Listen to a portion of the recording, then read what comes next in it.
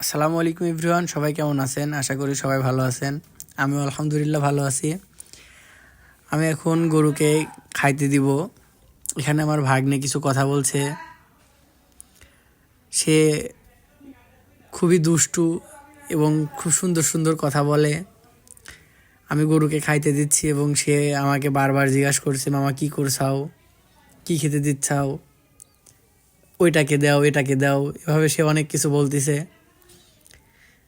আমিও তাকে সাথে নিয়েই তাকে দেখাই দেখাই সব কিছু করছি।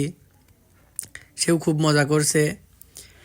3টা গরুকে একসঙ্গেই খাইতে দিচ্ছি। এখানে আমার 3টা গরু, 2টা দোআঁশলা এবং একটা ফ্রিজিয়াম জাতের। 3টা গরুই খুবই ভালো। গরুকে খাইতে দেওয়া প্রায় শেষের দিকে। গরুকে খাইতে দেওয়া শেষ হইলে এখন আমি আবার গোয়ালটা পরিষ্কার করব। গোয়ালটা অনেক নোংরা হয়ে আছে। এবার আমি গোয়াল পরিষ্কার করতেছি। গোয়াল পরিষ্কার করা প্রায় শেষের দিকে। সো সবাই দেখতে থাকুন।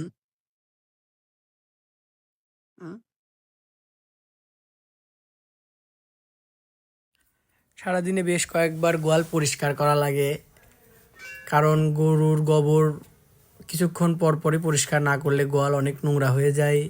সকালে একবার পরিষ্কার করা হয়েছে, দুপুরে করা হয়েছে, এখন বিকেল, এখন আবার করতেছি।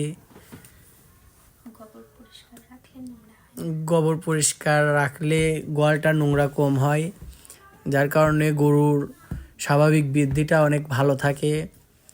গোয়ালে নোংরা থাকলে গরুর মশা মাছির কারণে রোগ জীবাণু রোগবালাই বাড়তে থাকে।